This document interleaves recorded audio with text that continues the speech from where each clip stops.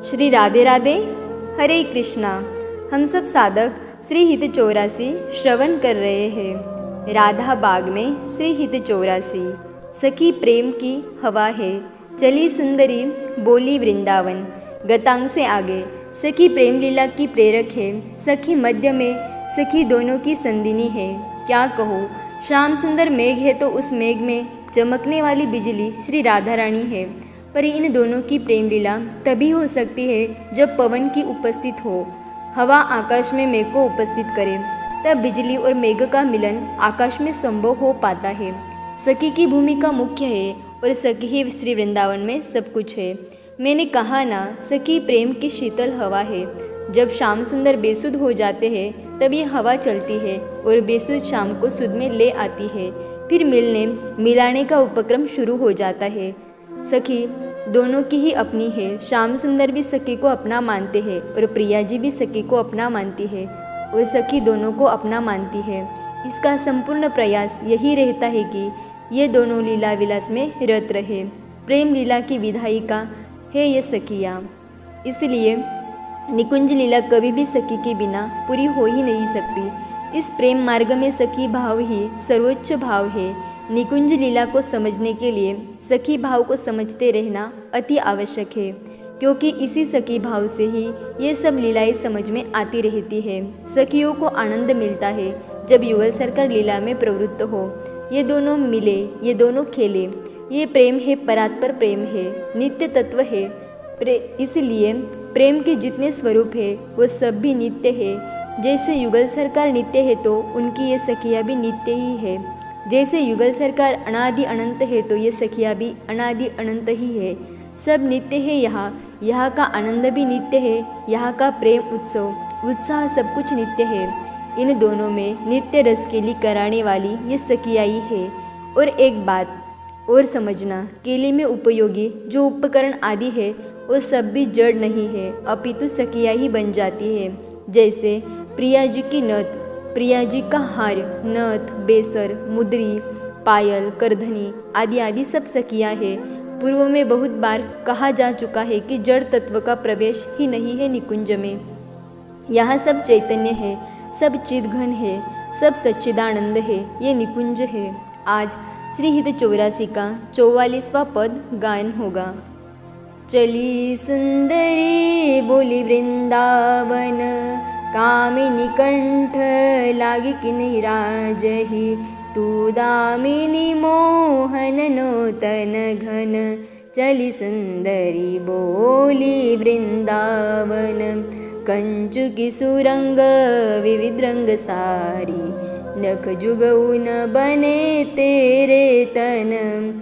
ये सब उचित नवल मोहन को, श्रीफल कुच जोवन आगम धन। चली सुंदरी बोली वृंदावन, अतिशय प्रीति होती अंतर्गत। श्रीहित हरिवंश चली मुकलित मन, निविड़ निकुंज मिले रस सागर। जीते सतरती राज सुरतरन, चली सुंदरी बोली वृंदावन। अब ध्यान में चलो, ध्यान में निकुंज की यात्रा करो, पर अहंकार रूपी पुरुष भाव का चोला उतार कर सखी भाव से भावित होकर चलो निकुंज। ध्यान, ये हित सखी दोनों को मिलाने चली है। श्याम सुंदर अधीर है। श्यामा उनके निकट से उठकर दूर जा कमल पुष्पों को निहार रही है। उन मतवारे भौरों को देखकर श्याम सुंदर को याद कर रही है और यादों में इतनी डूब गई है कि सब भूल गई है। श्याम सुंदर ने सखी को भेजा है कि जा और मेरी प्यारी को मना दे। आज्ञा नहीं ना, विनती की है सखी से कि मेरी प्यारी रूठ गई है, उनको प्रसन्न कर दो और मुझसे मिला दो। हित सखी श्याम सुंदर के पास से चल दी है। श्याम सुंदर देख रहे हैं, हित सखी जा रही है। एक एक पल श्याम सुंदर को युगों के समान लग रहे हैं। सखी पहुंच गई और श्यामा जी को देखते हैं। कमल अनगिनत खिले हैं। उनके पराग को पीने के लिए भंवरे टूट पड़े हैं और कई भंवर तो अपने आप को पराग में मिटा भी चुके हैं।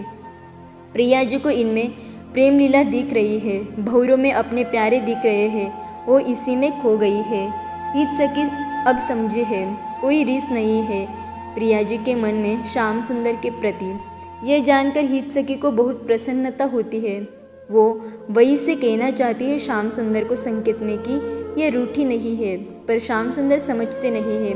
वो सखी को फिर अपने पास बुलाते हैं पूछने के लिए कि क्या बात है। हित सखी वापस फिर आती है श्याम सुंदर के पास।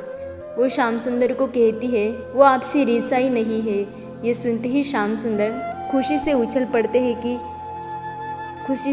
पड़ते हैं और सखी को साधुवाद देते हैं। फिर कहते हैं अब तो प्रिया जी को ले आओ। हित सखी मुस्कुरा के कहती है ठीक है, आप विराजिए, मैं अभी लाई।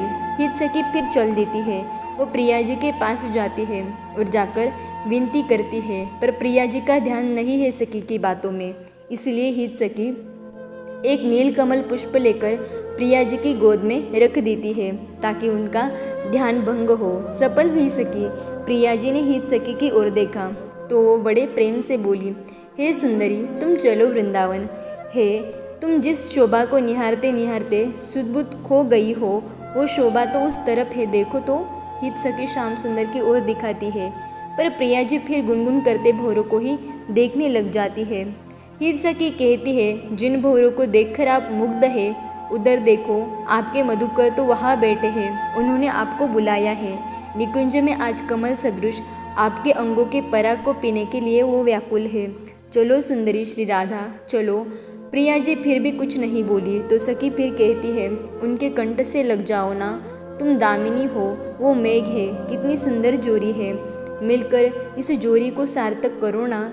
हित सखी अब हाथ जोड़ने लगी। आहा, गौर श्री अंग में ये लाल कंचुकी और अनेक रंगों वाली ये साड़ी आप पर कितनी फौ रही है। 16 श्रृंगार में सजी धजी आप रूप राशि की धनी लग रही हो और इतना ही प्रेम रस से भी भरी हुई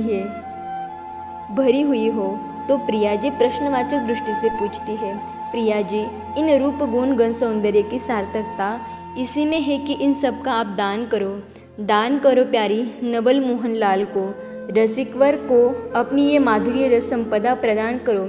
सखी आनंदित होकर बोलती है। प्रिया जी के हृदय में आनंद सिंधु उमड़ पड़ा था। वो और सुनना चाहती थी अपने प्रीतम के विषय में, इसलिए अपने हृदय के प्रेम सागर को उन्होंने रोक रखा था, पर अब संभव नहीं है रोकना। इसलिए प्रिया जी ने मुड़कर देखा अपने श्याम सुंदर को। वो उठी और दौड़ पड़ी अपनी प्रिय के पास।